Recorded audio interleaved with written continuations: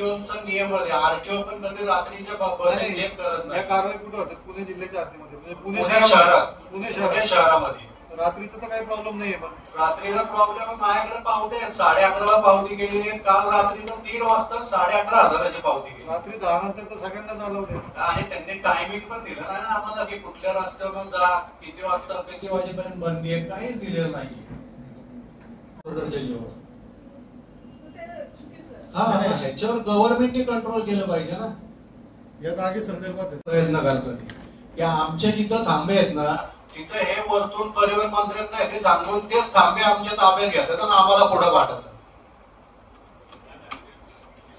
त्यांनी जी काही current booking येतात एक म्हणजे त्या लोकांसाठी हे बुकिंग करतात. आता तुम्ही मगाशी संगमवाडीचा विषय बोलता, संगमवाडीचा विषय सुद्धा प्रत्येकाची पार्किंग ठरलेली आहे. प्रत्येक पैसे म्हणजे गाडी वाईज माणूस त्या मालकाला पैसे देतो.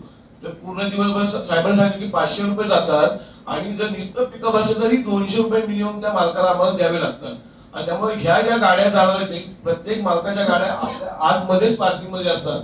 ह्या ज्या रस्त्यावर जे गाड्या दिसतात पास होतात हे ह्याच लोकांप्रमाणे आहे की जे पिकअप देतात, अनऑथराइज पिकअप देतात कस्टमरला रस्त्यात पिकअप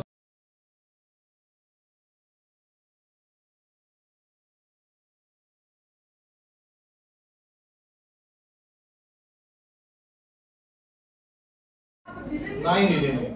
म्हणून मग आता आम्ही कुठेही घेतो ना, आपण कुठेही घेऊन जर आम्हाला कुठं त्रास होत असेल त्यांनी सांगावं की ह्या रस्ता लहान आहे तर गाडी आणू नका.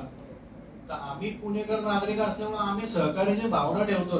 पण आधीच जर त्यांनी ठरवलं की ह्या गाड्या बाहेरच काढायच्या, येऊनच द्यायच्या नाही, तर जर आम्हाला या 4-5 दिवसामध्ये जर काही योग्य पर्याय मिळाला नाही तर एक तर 10 तारखेला आम्ही धरणे आंदोलन धरणार.